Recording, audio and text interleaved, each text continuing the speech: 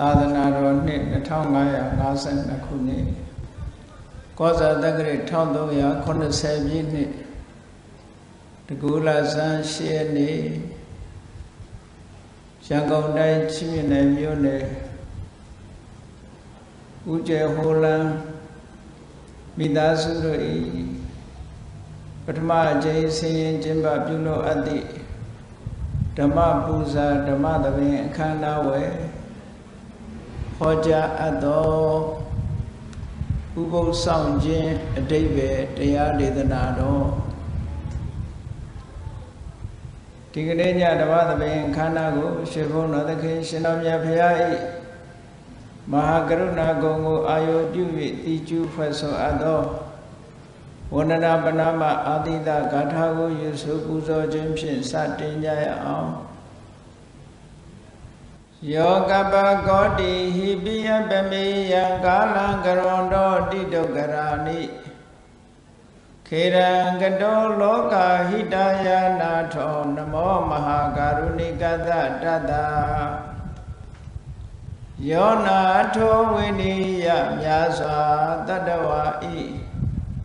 ချမ်းသာစီးပွားလိုလားတောင်းတဂုံပေါင်းခါသဖြင့်နာထမြညာခြင်းရှင်တော်မြတ်ဖရာသည်ကပ္ပကောတိဟိပိဂရေကဘာအရေအတွက်သင်္ချာတို့ဖြင့်တော်လဲအဘယ်မေယံရေအတွက်တိုင်းတာဖော်ပြခြင်းငါမစွမ်းနိုင်ပါသောကာလလေးအသင်ခြေသိမ့်နေကဘာရှိကြသောကာလပတ်လုံးလောကဣဒယတတလောကဤအကျိုးစီးပွားအလုံးငါအတိဒုက္ခရဏိယောသာတဲ့ချေလက်အင်္ဂါမေတ္တာကြီးမှသမိတာနှင့်တထာဇနီဆွန်ញင်းကြီးဟုကျက်သီထဘွယ်90အစုအလုံးခဲရင်တော်မူတို့ကိုကရုဏတော်ဖရာဖြစ်ရန်ဤတန်ကြုတ်ကိုအာထုတ်တော်မူရသည်ဖြစ်၍ခေရန်လက်ချေမြင်လုံးအသက်ဆုံးတရဲ့နှလုံးစိတ်ဝံကိုရောဤပင်မခြင်းတို့ကတောဘဝတဏ္ဍချိန်ဖန်များစွာရောက်တော်မူကြရရှာလေပြီမဟာကရုဏီကတတတဝါများယဝေတာကဲ့သို့တနာချစ်ခင်မဟာကရုဏာရှင်ဖြစ်တော်မူသောတတနာတတဝိနည်းများစွာတတဝါဤချမ်းသာစီးပွားလိုလားတောင်းတဂုံပေါင်းခါသဖြင့်နာထမြညာထိုးရှင်တော်မြတ်ဖရာအားနမောယုတိပြောင်းပြောင်းမှန်ကိုလျော်၍ကရောယုကျိုးရှိခိုးခြင်းသည်အထုဘဝတုစင်စစ်မသွေဖြစ်ပါစေတည်း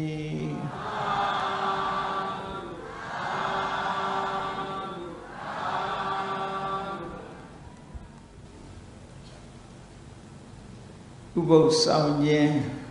အဓိပ္ပာယ်ဘုရားဘာသာမှာဘာသာရေးကိစ္စတစ်ခုဖြစ်တဲ့ဥပုသ်ဆောင်ခြင်းဆိုတာဘာသာရေးကျင့်စဉ်တစ်ခုအနေနဲ့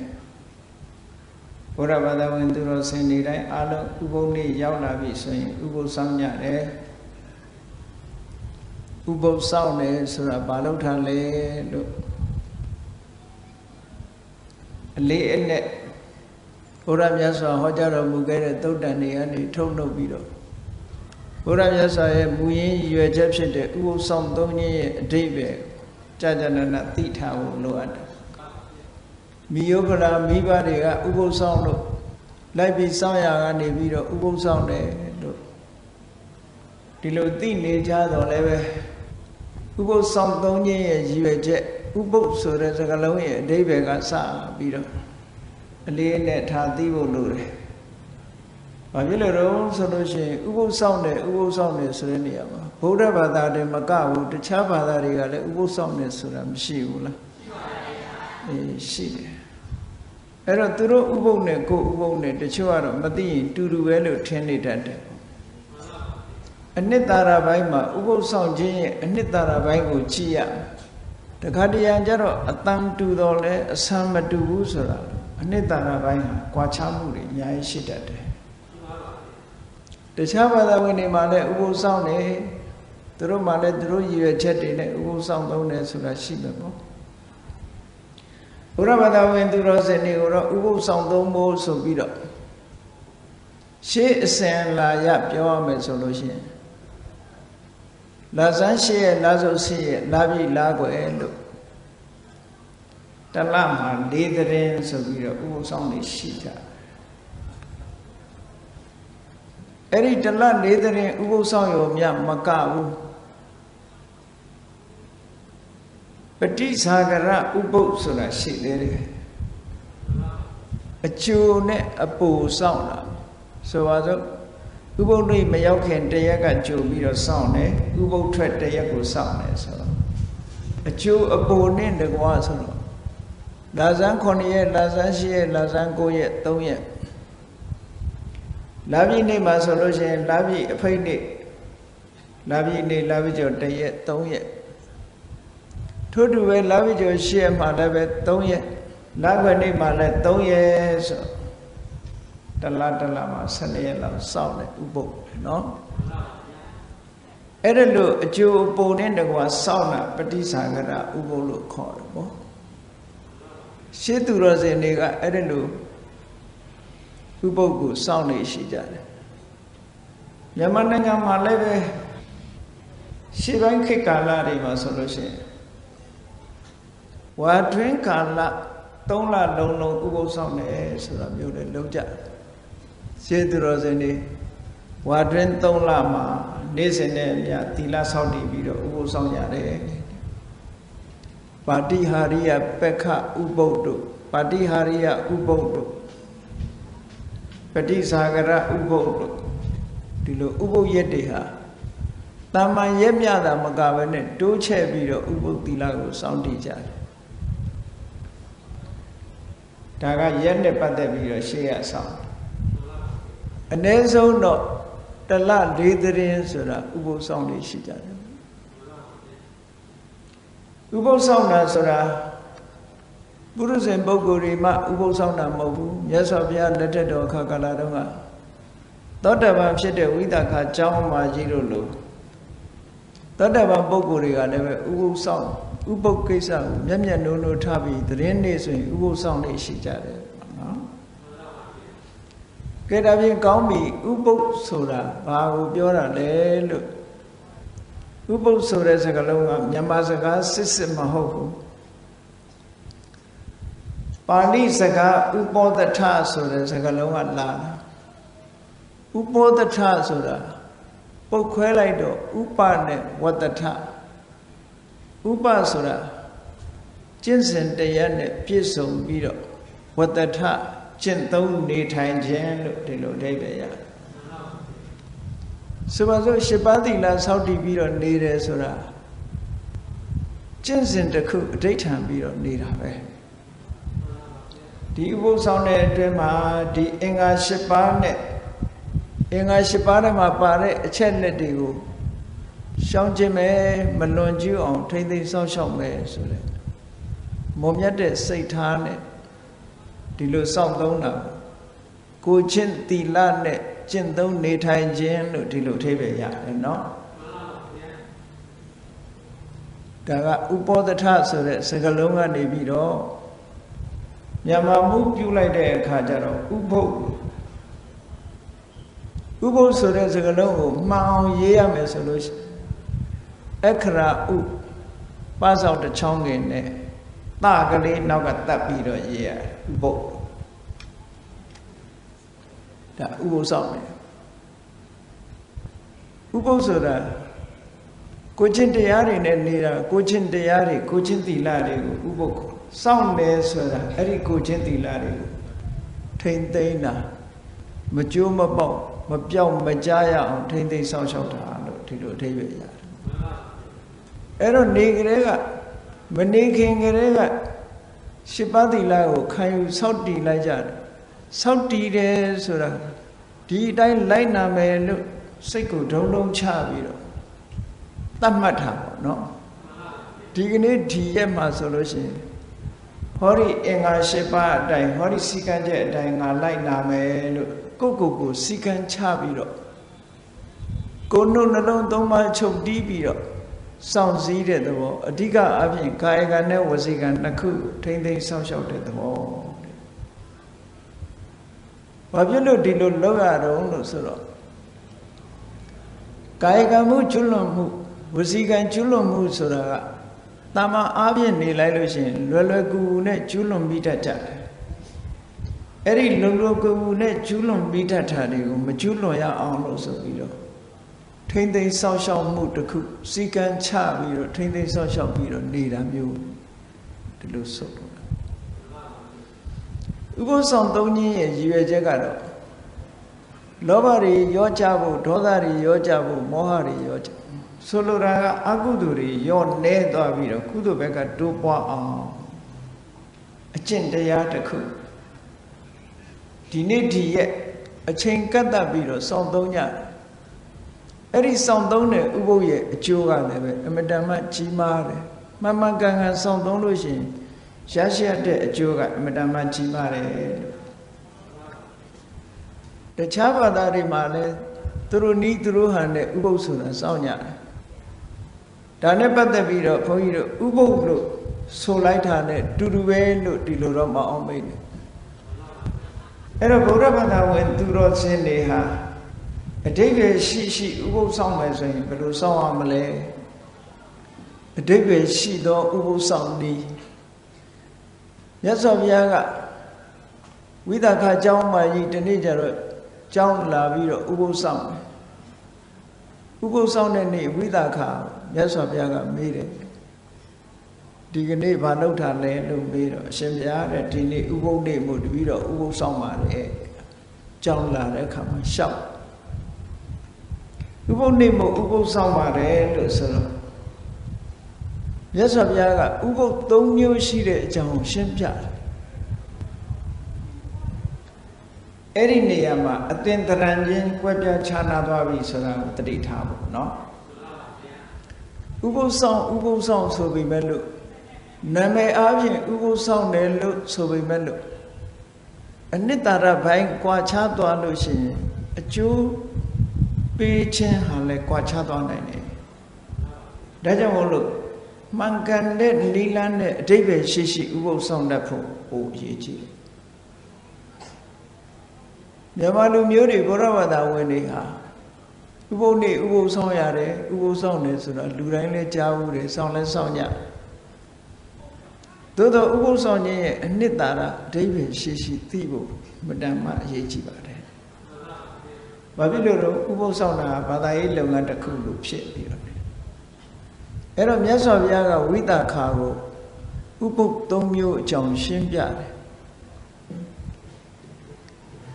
နံပါတ်1ဥပုသ်ကနွားချောင်းသားရဲ့စိတ်ထားနဲ့နှိုင်းရှင်ပြီးတော့ပြောရတဲ့ဥပုသ်ဆောင်ပြီးတဲ့အဲ့ဒါကတစ်ခုအဲ့ဒါကိုပါဠိလိုဂောပါလကုပောဒထဂောပါလကဥပောဒထဂောပါလကဆိုတာနွားချောင်းသားဥပောဒထဆိုတာဥပုသ်နွားချောင်းသားဥပုသ်ဆိုတာနွားချောင်းသားတွေစောင့်တဲ့ဥပုသ်ကိုပြောတာမဟုတ်ဘူးနွားချောင်းသားရဲ့စိတ်နေစိတ်ထားနဲ့နှိုင်းရှင်ပြီးတော့ပြောရတဲ့ဥပုသ်မျိုးလို့ဒီလိုဆိုလို့လေအဲ့တော့ဥပုသ်တွေဟာဥပုသ်ဆောင်ပြီဆိုလို့ရှိရင်မှန်ကန်တဲ့စိတ်ထားရှိဖို့ကျင့်သုံးတဲ့အခါမှာဤစနစ်ကြားနာဖို့အမြဲတမ်းအရေးကြီးတယ်ဆိုတာထင်ရှားတယ်ဥပုသ်ဆောင်တယ်လို့ဆိုပြီးတော့မှန်ကန်တဲ့ရည်ရွယ်ချက်တွေမပြည့်ဘူးအဓိပ္ပာယ်မရှိဘူးဆိုလို့ရှိရင်ထိုဥပုသ်ဆောင်ခြင်းရဲ့အကျိုးဟာများစွာရမှာမဟုတ်ဘူးတဲ့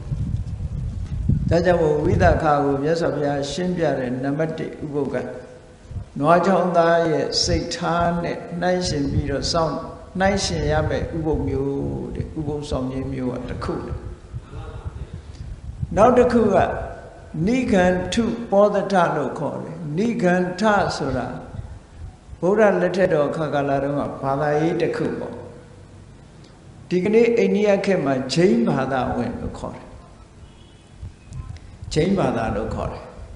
ဘုရားမြတ်စွာလက်ထက်တော်ကတော့ဂျိန်းလို့မခေါ်ဘူးနိဂန္ဓလို့ခေါ်တယ်အဲ့ဒီနိဂန္ဓ ယဟန်တွေကလမ်းညွှန်မှုပြုပြီးတော့စောင့်တဲ့နိခန္ဓတွေရဲ့တရားဓမ္မတွေစောင့်တဲ့ဥပုပ်မျိုးတဲ့အဲ့ဒီဥပုပ်ကိုမြတ်စွာဘုရားထည့်ပြီးတော့ဟောတာရှိဒါနဲ့တတိထားစရာဒီကနေ့ခေတ်မှာလည်းပဲအခြားဘာသာတွေမှာလည်းဥပုပ်တွေရှိနေကြနောက်တစ်ခုကအရိယုပောဒထမြင့်မြတ်တဲ့ပုဂ္ဂိုလ်တွေစောင့်သုံးတဲ့ဥပုပ်တဲ့ဟောဒီဥပုပ်ကဒါအဓိပ္ပာယ်ရှိတဲ့ဥပုပ်ဖြစ်ရမယ်အဲ့တော့ဘာသာရေးလုပ်ငန်းတစ်ခုဟာစနစ်တကျနီလမှန်မှန်ကန်ကန်လုပ်တတ်မှအကျိုးရှိတယ်ဘယ်ရာပဲဖြစ်ဖြစ်ဒါကမှန်ကန်တဲ့နီလနဲ့ကြိုးစားအထောက်မှအရာရာမှာအောင်မြင်တယ်အကျိုးရှိတယ်ဆိုတာလားသို့မဟုတ်လို့ရှိရင်ရည်မှန်းချက်အတိုင်းဖြစ်ချင်မှဖြစ်အေကောင်းပြီနွားချုံသားစိတ်ထားနဲ့နှိုင်းရှင်ပြီးတော့ပြောရတဲ့ဥပုသ်ဆောင်နည်းဆိုတာဘယ်လိုဟာတော့ဘုရားဘာသာဝင်ပဲဖြစ်ဖြစ်ဘာဘာသာဝင်ပဲဖြစ်ဖြစ်အထူးအဖြင့်ဘုရားဘာသာဝင်တွေတရင်နေ့အခါကာလမှာရှစ်ပါးသီလစောင့်တည်ပြီးတော့ကျောင်းကံဖျားသွားပြီးတော့ဥပုသ်ဆောင်ကြတယ်အဲ့ဒါလို့ဥပုသ်ဆောင်တဲ့အခါမှာမဆောင်ငင်ကြတဲ့ကဘာတွေလုပ်တာတချို့ဥပုသ်တွေရဲ့စိတ်ထားကိုပြောပြမဆောင်ငင်ကဘာလုပ်တော့ဆိုဥပုသ်ဆောင်တယ်ဆိုရင်နေ့12နာရီရနေပြီးတော့နောက်တရက်မနေ့အာယုမတက်ခင်မစားရဘူးဆိုတဲ့အတိကလေးဝင်မနေဘူးလားဝိကာလဘောဇနာမစားရဘူးဆိုတာလေးသိနေတော့ဘာကြောက်တုံဆိုရင်ထမင်းဆာမှာကြောက်တယ်အဲ့တော့ထမင်းဆာမှာကြောက်တဲ့အခါကျတော့ဥပုသ်ဆောင်သွားမယ်ဆိုလို့ရှိရင်ဖွဲရာရာတွေချက်ပြုတ်ကောင်းတို့ရာရာတွေချက်ပြုတ်ပြီးတော့ထမင်းမဆာအောင်ဆိုပြီးတော့ပို့ပြီးတော့စားဖို့ကြိုတင်ပြီးတော့ပြင်ဆင်တယ်မလုပ်ဘူးလားအဲ့ဒါမျိုးပြင်ဆင်အဲ့ဒါလို့ကြိုတင်ပြင်ဆင်ပြီးကောင်းတို့ရာရာတွေစားနောက်တစ်ရက်အတွက်တွေးသေးတယ်ဒီနေ့တော့ကြက်သားဟင်းနဲ့စားတယ်နောက်ရက်ကျတော့ဝက်သားဟင်းနဲ့စားမယ်ဟိုနောက်တစ်ရက်ကျတော့ဘာဟင်းချက်မယ်နဲ့ဆိုပြီးတော့အစားအသောက်ကိုစိတ်ကူးပြီးတော့စောင့်တဲ့ဥပုပ်မျိုးတွေလည်းရှိတာပဲတာမြတ်စွာဘုရားကဒီကနေ့ဘာဟင်းနဲ့စားတယ်လက်ပြင်ကဘာဟင်းစားမယ်တပတ်ခါဘာဟင်းစားမယ်အစားအသောက်တွေကိုစီမံပြီးစိတ်ကူးပြီးတော့စောင့်တဲ့ဥပုပ်မျိုးတွေတဲ့အဲ့ဒီဥပုပ်မျိုးတွေကအကျိုးသိပ်ပြီးတော့မရှိဘူးတဲ့နွားကြောင်းသားတွေစိတ်သဘောထားနဲ့သွားတူနေတယ်အစားအသောက်ပေါ်မျောလင့်ပြီးတော့စားစရာတောက်စရာတွေမျောတွေးပြီးတော့စောင့်နေတဲ့ဥပုပ်ဟာဘာဥပုပ်တုံဘာကိုမျောတွေးတာတော့ဆိုလို့ရှိရင်စားစရာတောက်စရာမျောတွေးခြင်းသည်အဘိဇ္ဇာဆိုတာစားစရာအာယုံပေါ်မှာရှင်းရှုတွေးနေတဲ့လောဘစိတ်တွေဖြစ်နေတယ်ဒါပြောတာနော်ဒီနေ့ဒီဟင်းစားပြီးတော့ဥပုသ်ဆောင်တယ်နောက်ရဲကြတော့ဟိုဟင်းစားမယ်ဟိုအစားစားမယ်နဲ့အစားအစာတွေပေါ်မှာစိတ်အများကြီးရောက်ပြီးတော့စောင့်တဲ့ဥပုသ်တဲ့ဥပမာမဲ့နွားချောင်းသားတွေဟာနွားကိုကြောင်းပြီးတော့တနေ့ကုန်တဲ့အခါနွားတွေမောင်းပြီးတော့ခြံတဲ့ထက်နွားပိုင်ရှင်ကိုပြန်အပ်ပြီးတော့သူတို့ဘာတွေစိတ်ကူးတော့ဆိုရင်ဒီကနေ့ဒီနွားအုပ်ကိုဒီစချက်မှာကျွေးပြီးတော့ဒီနေရာမှာရေတိုက်တယ်လက်ပြင်ကကြတော့တို့စချက်ပြောင်းရမယ်ဒီစချက်မဟုတ်တော့ဘူးနောက်ထပ်စချက်တနေရာပြောင်းပြီးတော့ဘယ်နေရာမှာရေတိုက်မယ်ဆိုတဲ့စီမံချက်တွေမချကြဘူးလားနွားကြောင်းသားတွေဟာဒီကနေ့ဒီနေရာမှာနွားကြောင်းတယ်လက်ပြင်ကဟိုနေရာမှာကြောင်းမယ်ဆိုတဲ့စိတ်ကူးနဲ့နေတယ်လို့ပဲဥပုသ္တေဟာလည်းပဲဒီကနေ့ဒီဟင်းနဲ့စားတယ်လက်ပြင်ကကြတော့ဟိုဟင်းချက်မယ်ဟိုအစားစားမယ်ဆိုပြီးတော့စားရေးတောက်တာကိုလုံးပန်းပြီးတော့စားရေးတောက်တာကိုသာတွေးတောပြီးတော့စောင့်တဲ့ဥပုပ်မျိုးဟာနွားကြောင်းသားစိတ်သဘောထားနဲ့တူးနေသည့်အတွက်ကြောင့်မြတ်စွာဘုရားကအဲ့ဒါကိုဂောပါလကုပောဒထာတဲ့နွားကြောင်းသားရဲ့စိတ်နဲ့နှိုင်းရှင်ပြီးတော့ ပြောရမယ်ဥပုသ်ဆောင်ခြင်းမျိုးလို့ခေါ်တယ်အဲ့ဒီဥပုသ်ဆောင်ခြင်းမျိုးဟာလောဘနဲ့အချိန်များများကုန်တာမဟုတ်လောဘစိတ်တွေထိန်းနိုင်တာမဟုတ်သည့်အတွက်ကြောင့်မြတ်စွာဘုရားကနမဟဖလောတဲ့အကျိုးများများမရှိဘူးတဲ့နမဟာနိတံသောများစွာသောအာနိသင်တွေရမှာမဟုတ်ဘူးလို့ဒီလိုပြောတယ်အဲ့တော့မမှန်ကန်ဘူးပေါ့အဲ့ဒီစိတ်ဓာတ်မျိုးလေဥပုသ်မဆောင်နိုင်ဘူးပေါ့နောက်တစ်ခုနိခန္ဓာတွေစောင့်တာတော့ဒါကတော့ဘုရားဘာသာနဲ့မဆိုင်ဘူးနိခန္ဓာဆိုတဲ့ပုဂ္ဂိုလ်တွေကဥပုသ်နေ့မှာဆိုရင်သူတို့တရားဓမ္မတွေကိုပြောတယ်တဲ့ဘာပြောတော့ဆိုစောင့်တည်ခိုင်းတယ်သူတို့ယူခိုင်းတဲ့သီလကဘာတော့ဆိုလို့ရှိရင်အရှိအယမျက်နှာမှာယူဇနာတရားရဲ့ဟိုဘက်ကတတ္တဝါတွေမတတ်ဘူးလို့အဓိဋ္ဌာန်လိုက်တယ်တောင်ဘက်ကလည်းပဲယူဇနာတရားရဲ့ဟိုဘက်ကတတ္တဝါတွေမတတ်ဘူးအနောက်ဘက်ကလည်းယူဇနာတရားရဲ့ဟိုဘက်ကတတ္တဝါတွေမတတ်ဘူးမြောက်ဘက်ကလည်းပဲခုယူဇနာတရားရဲ့ဟိုဘက်ကတတ္တဝါတွေမတတ်ဘူးယူဇနာတရားဆိုတာတယူဇနာတွေမဲ့10မိုင်12မိုင်ရှိနေယူဇနာတရားဆိုအလွန်ဝေးတာမဟုတ်လားအဲ့တော့ဒီအတွင်းကတတ္တဝါတွေကိုတော့တတ်မယ်ဆိုတဲ့အဓိပ္ပာယ်ရနေတယ်ဟုတ်ကဲ့သူဥပုပ်ကစောင်းပုံဆောင်နေကနေမြေနဲ့ကန့်တက်ပြီးတော့စောင့်တာသူကယူဇနာတရားအပြင်ဘက်ကသက်ရှိတတ္တဝါတွေကိုမဆောင်ဘူးပါဏာတိပါဒထိမ့်သိမ်းဆောင်ရှောက်မယ်ပေါ့အရှိဘက်ကယူဇနာတရားဟိုဘက်တောင်ဘက်ကယူဇနာတရားဟိုဘက်အနောက်ဘက်ကယူဇနာတရားဟိုဘက်မြောက်ဘက်ကယူဇနာတရားရဲ့ဟိုဘက်မှာရှိတဲ့တတ္တဝါတွေကိုမတတ်ပါဘူးလို့ဟောပါဏာတိပါဒဝေရမဏိသူတို့ပေါ်မှာတပ်ဖြတ်ညှင်းဆဲမှုမလုပ်ပါဘူးရှောင်ကျင်မမယ်လို့ဆိုတဲ့ဥပုပ်အဲ့ဒီဥပုပ်ကတော့တော်တော်လူပါဝါတဲ့ဥပုပ်ပဲเนาะဘာဖြစ်လို့လဲဆိုလို့ရှိရင်တတ္တဝါတတ်ခြင်းဟိုးဝေးကြီးထီအောင်ဘယ်သူကသွားတတ်နေမလို့အဲ့တော့အတွင်းသားကလက်လန်းမိတာတွေတော့တတ်လို့ရတယ်ဆိုတဲ့အဓိပ္ပာယ်ကရနေတယ်ပြီးတော့ဥပုပ်နေ့မှာဘာဆိုခိုင်းသေးတုံးလို့ဆိုတဲ့အခါကျတော့ငါဟာဘသူနဲ့မှမပတ်သက်ဘူးဘသူဟာမှမဟုတ်ဘူးတခြားလူဟာလည်းငါနဲ့မဆိုင်ဘူးငါရဲ့ဟာငါရဲ့ဆွေမျိုးမဟုတ်ဘူးလို့နှုတ်ကနေဆိုပြီးတော့ဆောက်တည်ရတယ်တဲ့ဥပုသ်ဆောက်တည်ရတယ်နော်နာဟံကွသနိကတ္တစီကိစ္စနတတ္တမိပါဠိလိုကြတာနာသမမကွသနိကိစ္စနတတ္ထိအဓိပ္ပာယ်ကတော့ငါဟာဘသူရဲ့မှကြောင်းကြဆိုင်ရမဲ့လူမျိုးမဟုတ်ဘူးတခြားလူတယောက်ဟာလည်းငါရဲ့ကြောင်းကြဆိုင်ရမဲ့လူမျိုးမဟုတ်ဘူးငါအမျိုးလည်းမဟုတ်ဘူးဘာမှမတော်ဘူးဆိုတဲ့ဒီအဓိဋ္ဌာန်ချက်ကိုဆိုရတယ်တဲ့အဲ့ဒီဥပုသ်ဆောင်တဲ့နေ့မှာဒါနိကန္ဓာတွေဆောင်တဲ့နေ့အဲ့တော့သူတို့စောင့်တဲ့ဟာနှစ်ချက်ရှိတယ်ယူဇနာတရားရဲ့ဟိုဘက်ကတတ္တဝါတွေကိုမတတ်ဘူးလို့ဆိုတော့တချို့တတ္တဝါတွေကိုတော့တတ်ခွင့်ရှိတယ်ဆိုတော့တဏှာရမဲ့တတ္တဝါကရှိတယ်မတဏှာရမဲ့တတ္တဝါရှိတယ်ဟောတတ်လို့ရတဲ့တတ္တဝါရှိတယ်တတ်လို့မရဘူးဆိုတဲ့တတ္တဝါရှိတယ်ဆိုတချို့တတ္တဝါတွေပေါ်မှာမေတ္တာကရုဏာထားပြီးတချို့တတ္တဝါတွေပေါ်မှာမေတ္တာကရုဏာမထားရမရောက်ပေဘူးလားရောက်သည့်အတွက်ကြောင့်သူတို့ဟာတတ္တဝါအချို့ပေါ်မှာမေတ္တာကရုဏာထားတယ်တတ္တဝါအချို့ပေါ်မှာမေတ္တာကရုဏာမထားဘူးလို့ဆိုကြတဲ့ကမမြတ်မတတဲ့မေတ္တာစိတ်နဲ့စောင့်တဲ့ကုသိုလ်ဖြစ်နေပြန်တယ်မမြတ်မတတဲ့စိတ်ဓာတ်နဲ့စောင့်နေဖြစ်နေလို့မြတ်စွာဘုရားကအကျိုးမရှိဘူးတဲ့အဲ့ဒီလိုစောင့်နေဥပုပ်ဟာနောက်တစ်ခုကငါကဘသူမှငါဟာဘသူရဲ့ဆွေမျိုးမှမဟုတ်ဘူးငါဟာဘယ်သူမှကြောင်းကြဆိုင်ရမယ်ပုဂ္ဂိုလ်မဟုတ်ဘူးလို့ဆိုခိုင်းတယ်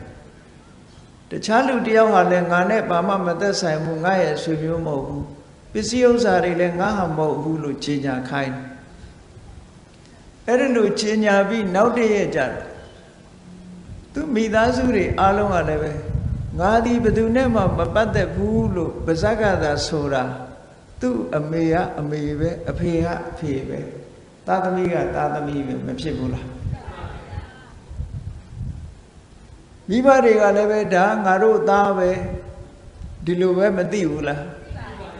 အဲ့ဒါကိုအတင်းလိန်ခိုင်းရရောက်တယ်တဲ့မြတ်စွာဘုရားဘုဒ္ဓဝါဒကရှောင်ရမယ့်အစာဘုဒ္ဓဝါဒဆိုခိုင်းတာနဲ့တူးနေတယ်ငါဟာဘယ်သူနဲ့မှမပတ်သက်ဘူးဘယ်သူရဲ့ဆွေမျိုးမှမဟုတ်ဘူးဆိုတာကလိန်နာခြင်းတစ်မျိုးဖြစ်နေတယ်တဲ့ဘုဒ္ဓဝါဒကိုဆိုခိုင်းရရောက်တယ်နောက်တည့်ရဲ့ဥပုပ်ကထွက်တဲ့အခါကျတော့အိမ်မှာသူရှိတဲ့ပစ္စည်းတွေခုနတုန်းကတော့ကြေညာထားတယ်ငါနဲ့ဆိုင်တဲ့ပစ္စည်းမရှိဘူးလို့ငါဟာမဟုတ်ဘူးလို့ကြေညာထားပြီမဲ့လို့မပြောမပြုတ်နဲ့အဲ့ဒီကြေညာထားတဲ့ပစ္စည်းတွေကို तू ကယူသုံးတယ်ဒါသူပစ္စည်းကိုအယက်မှာတော့ဟုတ်ကဲ့အဲ့ဒါလို့ယူသုံးတယ်ဆိုလို့ရှိရင်ဘာဖြစ်တုံအဋ္ဌိဏဒါနမဖြစ်ဘူးလား तू ကြေညာထားတာငါဟာမဟုတ်ဘူးလို့ तू ကကြေညာထားတာအဲ့တော့ကြေညာထားတဲ့ပစ္စည်းကို तू ကနောက်တည့်ရက်မှာဘယ်သူမှမပြောဘဲနဲ့ယူပြီးတော့သုံးလို့ရှိရင်အဋ္ဌိဏဒါနဖြစ်တယ်တဲ့ဟောလိန်နာမှုဘုဒ္ဓဝါဒလည်းဖြစ်တယ်မပေးတဲ့ပစ္စည်းကိုသုံးတာဖြစ်သောကြောင့်အဋ္ဌိဏဒါနလည်းဖြစ်တယ်ဒါတွေကရှောင်ကျဉ်ရမယ့်အစားဒီအတိုင်းကျွလွန်မိရတာဖြစ်နေသည့်အတွက်ကြောင့်နိခန္ဓာတွေစောင့်တဲ့ဥပုပ်ဟာရည်စရာလည်းကောင်းတယ်အကျိုးလည်းမရှိဘူးလို့မြတ်စွာဘုရားကဒီလိုဟောတယ်နော်အဲ့တော့လောကမှာဘာသာတရားတွေကဒီလိုပဲဥပုပ်ကိုအမျိုးမျိုးစောင့်ကြတယ်အမျိုးမျိုးစောင့်ကြတယ်ဥပုပ်နေ့တတ်မှတ်ပုံချင်းကလည်းတဦးနဲ့တဦးမတူဘူးဥပုပ်စောင့်တာချင်းလည်းမတူဘူးဘုရားမြတ်စွာရဲ့အရိယဥပောဒထလို့ခေါ်တဲ့သူတော်စင်တွေစောင့်သုံးတဲ့ဥပုပ်ကတော့အဲ့ဒါမျိုးမဟုတ်ဘူးတဲ့ဘယ်လိုဟာတော့ဆိုရင်ညှဉ်းနွမ်းနေတဲ့စိတ်ကိုဖြူစင်အောင်ကြိုးစားမှုပဲဥပုပ်ဆောင်ရင်ညှဉ်းနွမ်းနေတဲ့စိတ်တွေကိုဖြူစင်အောင်ကြိုးစားပေးဖို့လိုအပ်တယ်ဖြူစင်အောင်ကြိုးစားရမယ်ဥပုပ်ဆောင်နေအဲ့တော့အရိဥပောဒထဆိုတဲ့နေရာမှာစိတ်ကိုဖြူစင်အောင်လုပ်ရစိတ်ကိုဖြူစင်အောင်လုပ်ရရှစ်ပါးသီလစောင့်တည်လိုက်တယ်ပါဏာတိပါဒဝေရမဏိသိက္ခာပရံသမာဓိယရှစ်ပါးသီလစောင့်တည်အဲ့ဒီမှာဥပုပ်တေကဘယ်လိုနှလုံးသွင်းရမလဲလို့ဆိုလို့ရှိရင်ပါဏာတိပါဒဝေရမဏိသိက္ခာပရံသမာဓိယပြီ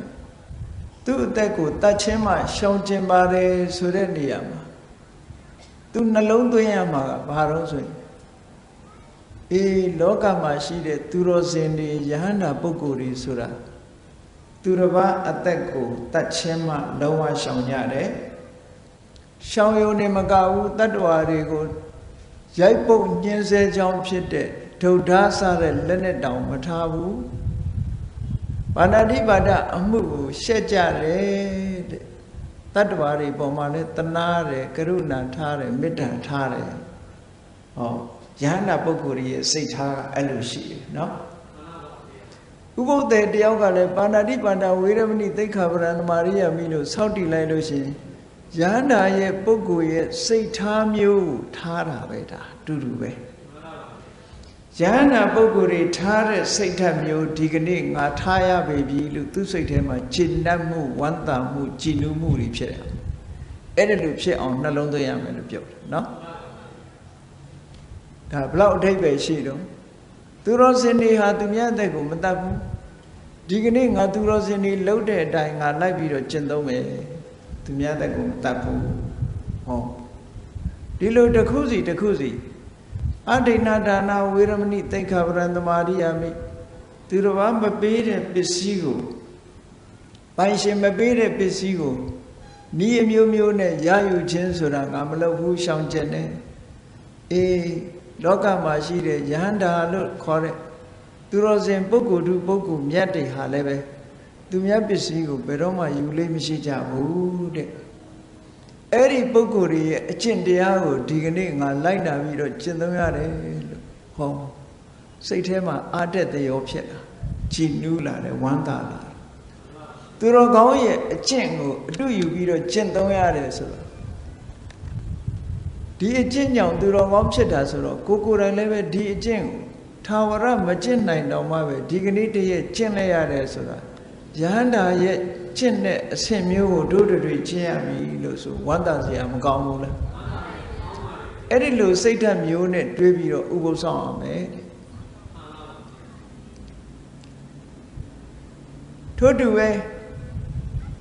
အဗျမ္မစရိယဝေရမဏိသိက္ခာပရံသမာဓိယယဟန္တာပုဂ္ဂိုလ်တွေဟာမမြတ်သောမေထုံအကျင့်ဆိုတာကိုရသက်ပံရှောင်ကျင်ကြတယ်ထိုယဟန္တာပုဂ္ဂိုလ်တွေရှောင်ကျင်တယ်လို့ငါကလည်းပဲဒီကနေ့ဒီရက်မှာရှောင်ကျင်လိုက်ရပေသည်ဟောစိတ်ထဲမှာဝမ်းသာတယ်စိတ်တယ်ယဟန္တာပုဂ္ဂိုလ်တွေကိုအတုလိုက်ပြီးတော့ကျင့်သုံးတယ်တစ်ခုချင်းတစ်ခုချင်းသိက္ခာပုဒ်တွေမုဒ္ဒဝါဒဝေရမဏိသိက္ခာပရံသမာဓိယာမိယဟန္တာပုဂ္ဂိုလ်တွေဟာဘယ်တော့မှလိမ်ပြောလေးမရှိဘူးမုဒ္ဒဝါဒကရှောင်ကျင်ကြတယ်ဒီကနေ့ငါလည်းပဲမုဒ္ဒဝါဒကရှောင်ကျင်ရပေပြီယဟန္တာပုဂ္ဂိုလ်တွေကိုအတူယူပြီးတော့ကျင့်သုံးရတယ်လို့စိတ်ထဲမှာအာရဝန္တာဖြစ်ရစိတ်ထဲမှာကြည်နူးထို့တူပဲသူရမေရယမစ္ဆပမာဒဌာနဝေရမဏိသိက္ခာပရံသမာဓိယာမိဆိုပြီးတော့စောင့်တည်လိုက်ယန္နာအရှင်မြတ်များသည်ဘယ်တော့မှမူရည်စေဝါသုံးဆွဲတာမျိုးမရှိဘူးတဲ့ငါလည်းပဲဒီကနေ့ယန္နာပုဂ္ဂိုလ်ကြီးကျင့်တဲ့အကျင့်မျိုးကိုလိုက်နာပြီးတော့ကျင့်သုံးရပေပြီလို့စိတ်ထဲမှာဝမ်းသာကြည်နူးဟောယန္တာတွေဆိုအမတန်မြင့်မြတ်တဲ့ပုဂ္ဂိုလ်တွေရဲ့အကျင့်မျိုးကိုလိုက်ပြီးတော့ကျင့်ရတယ်ဆိုတဲ့အဆင့်တန်းမှမဟုတ်ဘဲနဲ့ဟုတ်ကဲ့ကိုချင်းတရားအားဖြင့်ကိုယ့်ကိုမြင့်တင်ပြီးတော့အဲ့ဒီလိုစောင့်သုံးရမယ်တဲ့ဒီဥပုသ်ဆောင်တဲ့အခါနောက်တစ်ခါဝိကာလဘောဇနာဝေရမဏိသိက္ခာပရံသမာဓိယာမိဆိုလိုက်တဲ့အခါယဟန္တာအရှင်မြတ်များဟာနတ်နဲ့တစ်ချိန်သာဖုံးမေးသုံးဆောင်တော်မူကြတယ်မွန်းလွဲတဲ့အချိန်မှလည်းမဖုံးမေးဘူးညနေစာလည်းမချင်းဖုံးမေးဘူးညစာလည်းမဖုံးမေးဘူးနတ်နဲ့ပိုင်းတစ်ချိန်သာဖုံးမေးတော်မူကြတယ်ငါလည်းပဲဒီကနေ့ယန္တာပုဂ္ဂိုလ်ရဲ့အကျင့်ကိုလိုက်ပြီးတော့ကျင့်သုံးရတယ်စိတ်ထဲမှာဝမ်းသာအဲ့တော့ဘုရားဘာသာကညနေမစားဘူးလို့ဆိုတာတက်တက်အငတ်ခန္ဓာမဟုတ်ဘူးနော်တက်တက်အငတ်ခန္ဓာမဟုတ်ဘူးတကယ်သူတော်စင်ပုဂ္ဂိုလ်တွေဟာညစာကိုရှောင်ကြတယ်ဘာဖြစ်လို့ညစာကိုရှောင်တယ်လဲလို့ဆိုလို့ရှိရင်အဓိပ္ပာယ်ကညစာစားခြင်းအပြင်လူတွေမှာအစာဝလာတဲ့အခါမှာအိတ်ချင်ထိုင်ပိုင်မှုတွေပို့ပြီးတော့မများဘူးလားများတယ်တန်ဖိုးရှိတဲ့ညအခါမှာဘိုက်လေးလေးနဲ့အိတ်ဖို့ပဲကြိုးစားတော့မှာပေါ့သူတော်စင်သူတော်မြတ်များကညအခါဟာသိတန်ဖိုးရှိတယ်လို့ယူဆကြတယ်ဒါကြောင့်မို့လို့အိတ်အနေနဲ့အောင်လဲညစာကိုမစားပဲနဲ့မနက်နဲ့စားပဲစားတယ်နောက်တစ်ခုကညစာစားမယ်ညစာစားမယ်ညနေစာစားမယ်ဆိုလို့ရှိရင်ဝေယဝိဇ္ဇတွေရောမလုပ်ရဘူးလားချက်ရမယ်ပြုတ်ရမယ်ထမင်းပွဲပြင်ရမယ်ဆင်ရမယ်ဆိုတဲ့ဝေယဝိဇ္ဇမချက်ပါဘူးဆိုင်သွားမယ်ဆိုလည်းသွားရသေးတာပဲဟုတ်ကဲ့လားစားပြီးပြီဆိုတာနဲ့ဗိုက်လေးသွားပြီလေဗိုက်လေးသွားရင်အိတ်ဖို့ပဲစဉ်းစားတော့မှာပဲတန်ဖိုးရှိပြီးတော့တိတ်ဆိတ်ငြိမ်သက်တဲ့ညချမ်းလေးကိုအချိန်ဖြုံးပစ်ဖို့ပဲရှိတယ်တဲ့ကာမဂုဏ်အာယုစိတ်တွေလောဘတွေနဲ့အိတ်လိုက်ကြပြီသူတော်စင်သူတော်မြတ်တွေကတော့အဲ့လိုမဟုတ်ဘူးသူတို့ပြောတာနတ္တဝသူပိတုံဟောတိရတ္တိနက္ခတ္တမာလိနီညအခါမှာဆိုတာကောင်းကင်ကိုမော့ကြည့်လိုက်လို့ရှိရင်အမတန်မှကြည်နူးစရာကောင်းတယ်ကောင်းကင်မှာလတို့လက်ခတ်တို့ကျေတာယာတွေရှိမနေဘူးလားနေအခါမှာကြည့်မယ်ဆိုလို့ရှိရင်နေကြီးကလွဲလို့တခြားမမြင်ရဘူးညမှာကျတော့အလွန်လှပတဲ့နက်ခတ်တွေဟိုနားကဝင်းဝင်းလက်လက်ဒီနားကဝင်းဝင်းလက်လက်နဲ့အလွန်လှတဲ့ညအခါကိုလူတွေကအိပ်ပြီးတော့ဖြတ်ကျော်ပလိုက်ကြတယ်မေ့ထားလိုက်ကြတယ်ညရဲ့အလှကိုလူတွေမသိကြဘူးတဲ့နော်အများစုကလူတွေမသိကြဘူးဒါကြောင့်မို့လို့သူတော်စင်သူတော်မြတ်တွေက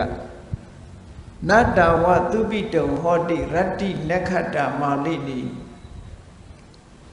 Nyasura Neka Pandi Sandaja Alon Lada Nyakasura Apo Mohopu Pati Saki tu me wita Nyasura Koye Kuku Tende Social Biro Agudo Diari King on Kilitariariga Lumia on Josabo Kaune a change pare Babilo Rosoro Nyasuro Yadi Uruale Echane Nilo Mabu Emiare Ne Kamado Ludani Netani Sunyani Ramashu Nyakasuro they say de Hogala they say Yen the Biro Echan be Tamoshi a change to cool 8 Biro Chacho Pelada Asasata Lucia Tajamodo Nyago Messiah Usana Wikala was an as Tamboshi de Nyaye Tamboshi on Ninayono she were that case at the cook, no? Dajamulo or Yahana Bogori Hanya Kama. Those on your Meshija Wu Monre Chema, those on your Meshija Wu Malave Dignity Yana Bogori, Chendai Lina, Chendoa baby, Sitema Wanda Chilubi song. On Nisa Gita Sura Leve Chile Nisa Sura Kokore Kare, Tumyao Kapiare. Tumya Kara would cheat. Daria says a Chile solution that the pure over Mola. Go out Capiara, Leve, go Kara would marry the war jazz agent. Tumya Kara would chibi or go out the war judge. Harry Chitaron, Lowari Webchita. No? Kita solution, go out Tana, the chin so piare. Tomo Tumya so hard the chin would not on it. Daleve ayo yada u kansare lowari be phit ta be no Wadita Korain dire Duriyaတွေကိုကိုယ်တိုင်တီးတယ်သို့မဟုတ်သူများတီးတာကိုနားထောင်နိစ္စဂီတဝါရိတဝိတုကဓတနာတရားဓမ္မရဲ့ဆန့်ကျင်ဘက်သာသနာတော်ရဲ့ဆန့်ကျင်ဘက်သာသနာတော်ရဲ့ဆန့်ကျင်ဘက်ဆိုတာဘာလို့ဆိုရင်မြတ်စွာဘုရားကအကုသိုလ်ဆိုတာမဖြစ်စေနဲ့ကုသိုလ်ကိုဖြစ်အောင်လုပ်ဆိုတော့အကုသိုလ်မဖြစ်စေနဲ့ဆိုတဲ့မြတ်စွာဘုရားရဲ့အဆုံးအမနဲ့မဆန့်ကျင်ဘူးလားအဲ့ဒါကြောင့်မို့လို့ဝိသုကာတသနာလို့ပြောတာနော်တချို့ကပွဲကြိုက်တဲ့လူကပြောသေးတယ်ကြည်တိုက်ရင်ဘာဝနာမကြည်တတ်ကတဏှာဆိုပြီးတော့နေသူတို့ဘာဝနာဖြစ်အောင်ကြည်တယ်လို့ဒီလိုချမ်းဖန်ပြီးတော့ပြောတဲ့လူကရှိသေးတယ်နော်သို့တော့ကြည်တယ်ဆိုရင်ဘယ်လိုစိတ်ဖြစ်တယ်ဆိုတာကိုယ့်အကိုအသိဆုံးပဲအဲ့ဒါတွေကိုမကြည့်ဘူးတဲ့လူရဲ့စိတ်ကိုတွေးဝေမိန်မောစေတတ်တဲ့အရာတွေကိုကြည့်ရှုခြင်းနားထောင်ခြင်းဒါတွေကနေရှောင်ကျင်လိုက်တယ်ဆိုဩယဟန္တာပုဂ္ဂိုလ်ကြီးရှောင်ကျင်တဲ့အတိုင်းငါလည်းပဲဒီကနေ့တန်ဖိုးရှိတဲ့အချိန်ကိုတန်ဖိုးရှိကောင်းတဲ့အရာတွေနဲ့အချိန်ကုန်ဖို့ကြိုးစားရတယ်လို့စိတ်ထဲမှာဟောတယ်လို့တွေးတော်ဆင်ခြင်ရမယ်နောက်တစ်ခုကမာလာခန္ဓာဝိလိပနဓာရဏမန္တနဝိဘုဒနာဌာနာကြည်ပန်းပန်းနေဆိုတာကိုအလှဆက်တာသို့မဟုတ်သူများမြင်လို့ရှင်လေကိုယ်တတ်မဲ့အောင်လုပ်တာကိုလည်းတတ်မဲ့စေတယ်သူတစ်ပါးကိုလည်းကိုလည်းတတ်မဲ့အောင်လုပ်တယ်သူတစ်ပါးကိုလည်းတတ်မဲ့စေတယ်နန္တာရီလိမ့်ကြံလိုက်သည့်အတွက်ကြောင့်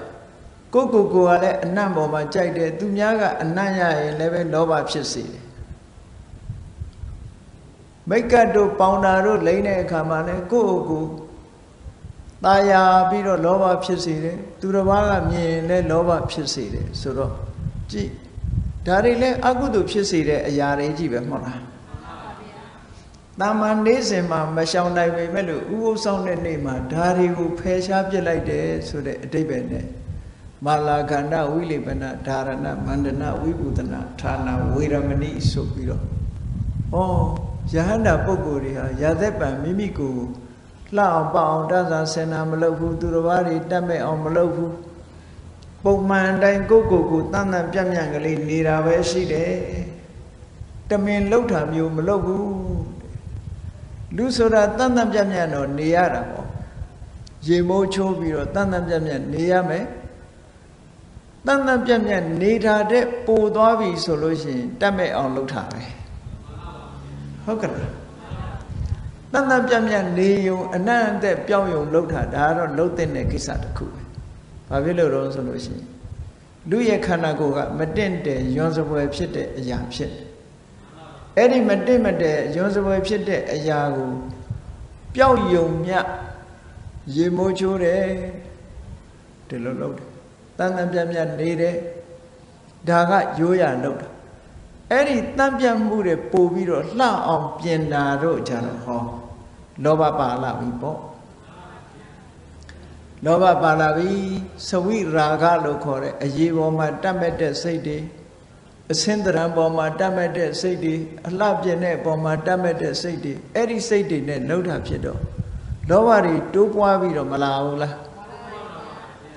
မိမိကိုယ်တိုင်လည်းလောဘတွေတိုးပွားလာတယ်သူတစ်ပါးကိုလည်းပဲလောဘတွေတိုးပွားစေတယ်ဆိုတော့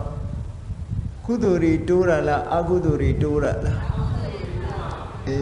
အကုသိုလ်တိုးတဲ့အလုပ်ဆိုလို့ရှိရင်မကောင်းတဲ့အလုပ်လို့ဒီလိုသတ်မှတ်ရဒါကြောင့်မို့ဥပုသ်ဆောင်တဲ့နေ့မှာအဲ့ဒီလိုမဖြစ်ရအောင်လို့ထိမ့်သိမ်းဆောက်ရှောက်တယ်ယဟန္တာပုဂ္ဂိုလ်တွေဟာအခုကဲ့သို့ကိုယ့်ကိုအလှပြင်းခြင်းဆိုတာမျိုးတွေကိုလုပ်တော်မမူကြဘူးငါလည်းပဲဒီကနေ့ယဟန္တာပုဂ္ဂိုလ်တွေလို့လိုက်နာကျင့်သုံးရပြီလို့စိတ်ထဲမှာဝမ်းမြောက်ကြည်နူးမှုနဲ့နေရမယ်လို့ဒီလိုဆိုလို့ကြည့်နောက်တစ်ခုကဥစ္စာတေယနာမဟာတေယနာဆိုခန္ဓာကြီးကျယ်တဲ့နေရာကြီးတွေပေါ့ခန္ဓာကြီးကျယ်တဲ့နေရာဥစ္စာတေယနာဆိုတာ2000တော်တဲ့မြင့်ပြီးတော့ကိန်းခန်းကြီးတဲ့နေရာကြီးတွေအမြင့်ကြီးတွေမှာအိဋ္ဌာမျိုးမဟာတေယနာဆိုအမတန်ထူးခြားတဲ့နေရာကြီးတွေမှာအိဋ္ဌာမျိုးဒါကဇိမ်ခံပြီးတော့အိတ်တဲ့အိယာတွေကိုရည်ညွှန်းပြီးတော့ပြောတာเนาะဇိမ်ခံပြီးတော့အိတ်တဲ့အိယာတွေမှမအိတ်ဘူးတဲ့အဲ့ဒါမျိုးကိုမသုံးမဲ့နဲ့မြင့်သောနေရာမြတ်သောနေရာလို့ဆိုတဲ့ကိန်းခန်းကြီးတဲ့ဟာတွေမလုပ်ဘဲနဲ့ symbol light ပေါ့ရိုးရိုးကလေးအိတ်ဖို့အိတ်ဆက်တဲ့နေရာလေးလို့အဲ့တော့ရိုးရိုးလေးအိတ်တယ်ဆိုတာတက်တောင့်တက်တာအိတ်ဖို့မပြင်းသင့်ဘူးလို့ဒီလိုပြောတာမဟုတ်ဘူးတချို့ကအိယာကိုတည်တည်ချာချာခန်းနာအောင်ပြင်ပြီးတော့ထားတာရှိသေးတယ်လေတည်တည်ချာချာကိုခန်းခန်းနာနာဆိုဖာကြီးတွေနဲ့အလှပြင်ပြီးတော့အိတ်ကြတာရှိသေးတာဘူးအဲ့ဒါလို့အလှပြင်ပြီးတော့ခန်းခန်းနာနာကြီးအမတန်မြင့်ပြီးတော့တကယ်မင်းဆိုးရာဇာတွေတတိတကြွယ်တွေသုံးတဲ့အသုံးမျိုးတွေနဲ့သုံးပြီးတော့ကိန်းခန်းကြီးတဲ့နေရာမျိုးမနေပါဘူးရိုးရိုးလေးပဲနေပါမယ်လို့ဟောဥစ္စာတေနမဟာတေနယန္တာပုဂ္ဂိုလ်တွေဟာဒီတိုင်းကျင့်သုံးရတယ်ကြည်လေမြတ်စွာဘုရားသခင်ကိုရောမြတ်ဟာမင်းသားဘဝတုန်းကအဲ့ဒီလိုကိန်းခန်းရှိတဲ့အမတန်မြင့်တဲ့နေရာတွေမြတ်တဲ့နေရာတွေကောင်းတဲ့နေရာတွေမှာနေလာပြီပဲလို့တောထွက်ပြီးတော့တရားကျင့်တဲ့အခါကျတော့တစ်ပင်အောက်ဒီတိုင်းထိုင်တာမဟုတ်လားအိတ်ဆရာရှိလေတစ်ပင်အောက်မှာပဲဒီတိုင်းပဲလေဖျားဖြစ်တော်မူတဲ့အခါတောင်မှကြည်ပါလားသုတ်တိယဆိုတဲ့ပုံနာကလှူလိုက်တဲ့မျက်ရှိစုပ်ကိုဖြန့်ခင်းပြီးတော့ထိုင်တာလေမျက်ခင်းလေးပေါ်ထိုင်တော့မျက်ခင်းလေးဆိုတော့အလွန်အေးတာအဲ့ဒီမျက်ခင်းလေးပေါ်တွေရသည်ကဆုံလာကြီးဆိုတော့မျက်ခင်းလေးပေါ်ထိုင်လိုက်ရရင်မျက်စိမ့်စိမ့်လေးပေါ်မှာအမတန်အေး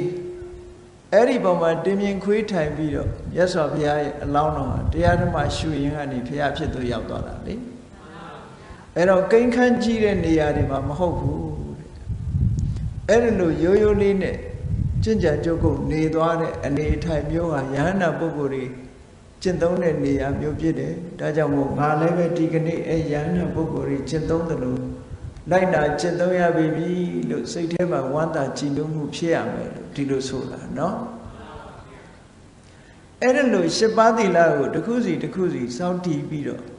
ကျင့်သုံးခြင်းစိတ်ထဲကဒီအတွေးလေးတွေနဲ့မှန်ကန်တဲ့အမြင်ကလေးတွေနဲ့စောင့်သုံးတဲ့ဥပုသ်ဟာအလွန်အကျိုးကျေးဇူးများတဲ့ဥပုသ်လို့ဒီလိုပြောတယ်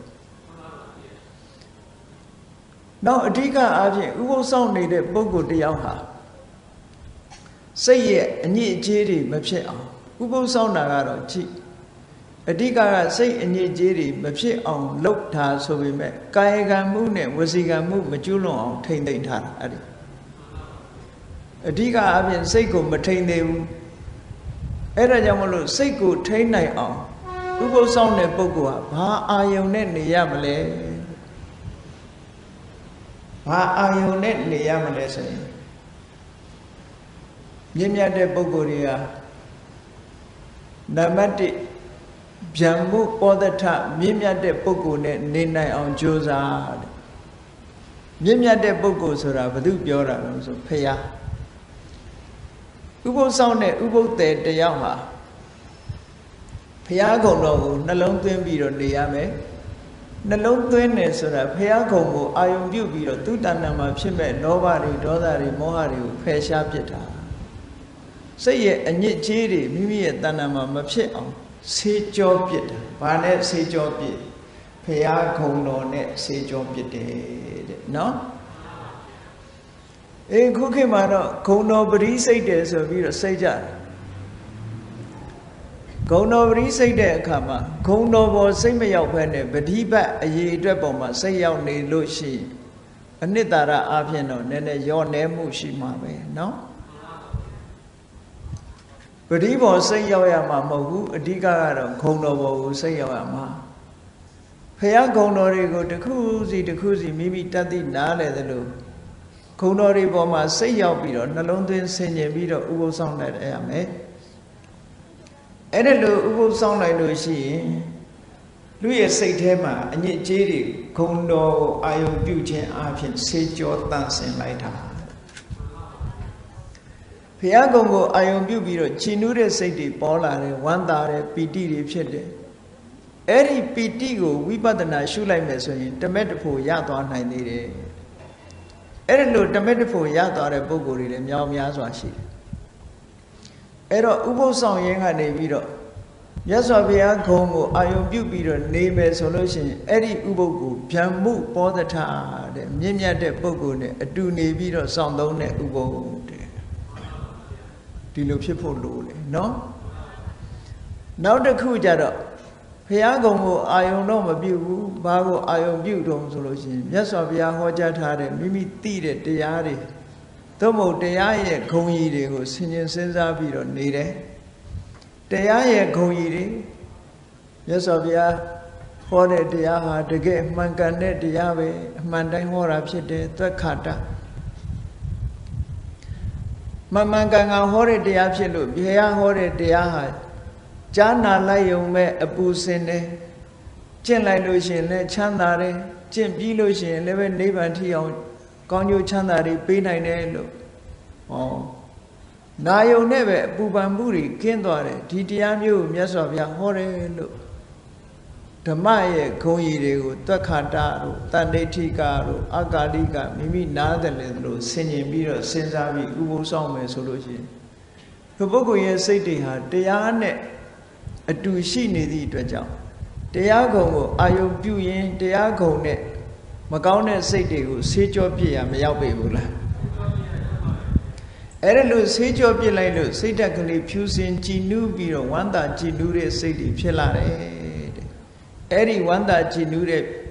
စိတ်ကလေးတွေနဲ့နေလို့ရှိရင်ဓမ္မုပောဒထတရားဂုဏ်ကိုအာယုံပြုပြီးတော့နေတာစောင့်သုံးတဲ့ဥပုသ်လို့ဒီလိုခေါ်တယ်ထို့တူပဲတန်ဃာတွေရဲ့အရိယာတန်ဃာတွေရဲ့ဂုဏ်တွေအရိယာတန်ဃာတွေဆိုတာသုပ္ပတိပန္နောမှန်ကန်တဲ့အကျင့်တွေကျင့်တယ်ဥဇုပတိပန္နောဖြောင့်မတ်စွာကျင့်တယ်ညာယပတိပန္နောနိဗ္ဗာန်လမ်းကြောင်းပေါ်ရောက်တဲ့အကျင့်မျိုးကျင့်တယ်တာပိစိပတိပန္နောမှန်ကန်တဲ့အကျင့်တွေကျင့်တယ်လို့ဟောဒီလိုကျင့်ကြံကြုတ်ကိုအထုံးမှုအပိုင်းကဆင်ញင်စဉ်းစားတာအာဟုနေရောပါဟုနေရောအဲ့ဒီအကျင့်တွေကိုအောင်မြင်ကျင့်ထားသည့်ပုဂ္ဂိုလ်ဖြစ်သည့်အတွက်ကြောင့်အာဟုနေရအဝေးကယူလာတဲ့ပစ္စည်းတွေနဲ့ပူဇော်တိုက်တဲ့ပုဂ္ဂိုလ်တွေပါဟုနေရအိမ်မှာဧည့်သည်တွေဘာတွေလာရင်ကျွေးဖို့ဆိုပြီးတော့အစင်နဲ့ထားတဲ့ပစ္စည်းဥစ္စာတွေနဲ့ကျွေးမွေးတဲ့ပုဂ္ဂိုလ်တွေလို့ဒီလို တန်ခါကုံတွေကိုတစ်ခုစီအာယုံပြုတ်ပြီးတော့စောင့်ရှောက်မယ်ဆိုလို့ရှိရင်တန်ခုပောဒထလို့ခေါ်တယ်တန်ခါကုံကိုအာယုံပြုတ်ပြီးတော့ကြည်နူးဝမ်းသာတဲ့စိတ်တွေနဲ့နေမယ်ထို့တူပဲကိုယ့်ရဲ့ကိုချင်းသီလတွေကိုဆင်ញင်တွေးတောပြီးစောင့်သုံးမယ်ဆိုရင်သီလနုတ္တိကိုယ့်ရဲ့သီလကုံကိုအာယုံပြုတ်ပြီးတော့စောင့်သုံးတာလည်းပဲထို့တူပဲသီလကိုအာယုံပြုတ်ပြီးတော့ကိုယ့်ရဲ့စိတ်အငြိအကျေးတွေကိုဆေးကြောပစ်တယ်နောက်တစ်ခုကဒေဝတာနုတ္တိ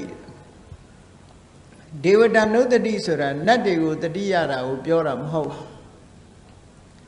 ဒေဝတာနုတ္တိကနတ်တွေကိုနှိုင်းရှင်စရာပြုတ်ပြီးတော့ဆင်ញင်တာဘယ်လိုဆင်ញင်တော့ဆိုရင်ကောင်းရတုဂတိရောက်သွားကြတဲ့နတ်တွေဟာအခုငါမှာသရတရားရှိတယ်အဲ့ဒီသရတရားမျိုးရှိသည့်အတွက်ကြောင့်သူတို့နတ်ပြည်ရောက်ကြတာ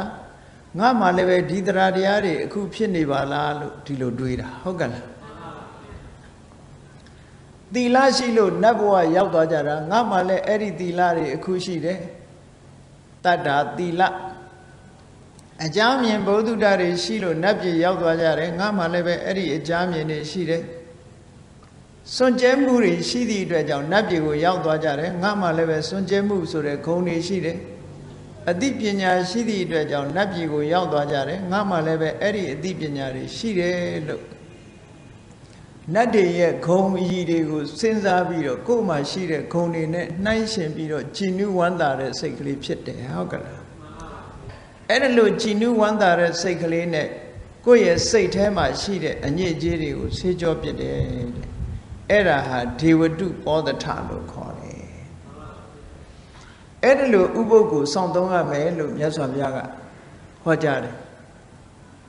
အဲ့ဒါလို့ဟောကြားပြီးတော့ဒီလိုစောင့်သုံးလိုက်တဲ့ဥပုပ်ရဲ့အကျိုးကျေးဇူးဟာဘလောက်များသလဲလို့ဆိုလို့ရှိရင်အမတန်မှအကျိုးကျေးဇူးများတယ်တဲ့ဘုရားကနားလည်အောင်ဘယ်လိုဟောတော့ဆိုကမ္ဘာလောကကြီးအတွင်းမှာရှိတဲ့ယရနာတွေနော်အဖိုးတန်ယရနာတွေကိုစုလိုက်အဲ့ဒီအဖိုးတန်ယရနာတွေရဲ့တန်ဖိုးနဲ့တစ်ချိန်တစ်ခါစောင့်လိုက်ရတဲ့အခုလိုမွန်မြတ်တဲ့စီးစနစ်ကြတဲ့ဥပုပ်အဓိပ္ပာယ်ရှိစောင့်လိုက်တဲ့ဥပုပ်ရဲ့တန်ဖိုးနဲ့နှိုင်းယှဉ်ကြည့်လိုက်မယ်ဆိုလို့ရှိရင်တဲ့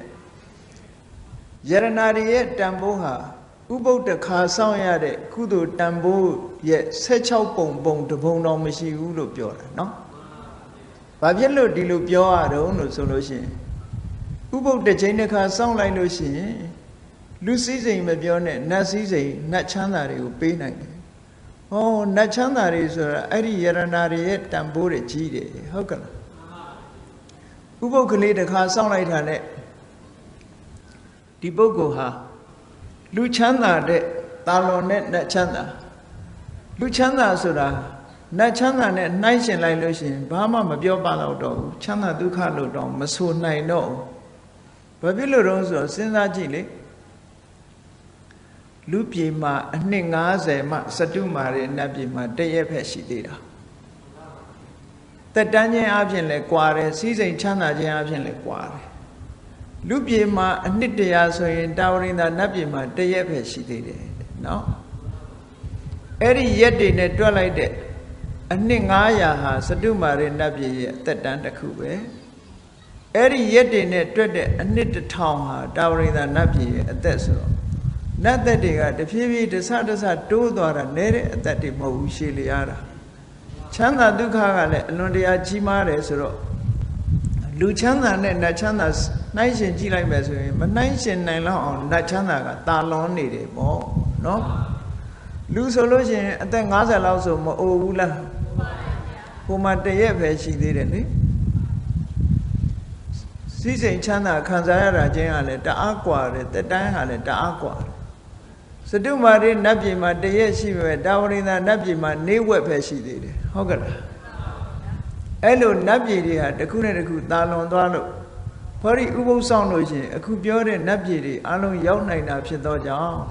ဥပုသ်ဆောင်ရခြင်းအကျိုးကျေးဇူးဟာအလွန်ကြီးမားတယ်လို့မြတ်စွာဘုရားကဟောတယ်ဒါတွေမကဘူးတရားမင်းကြီးကတခါပြောတယ်အေးလူလောကမှာရှိတဲ့ပုဂ္ဂိုလ်တွေ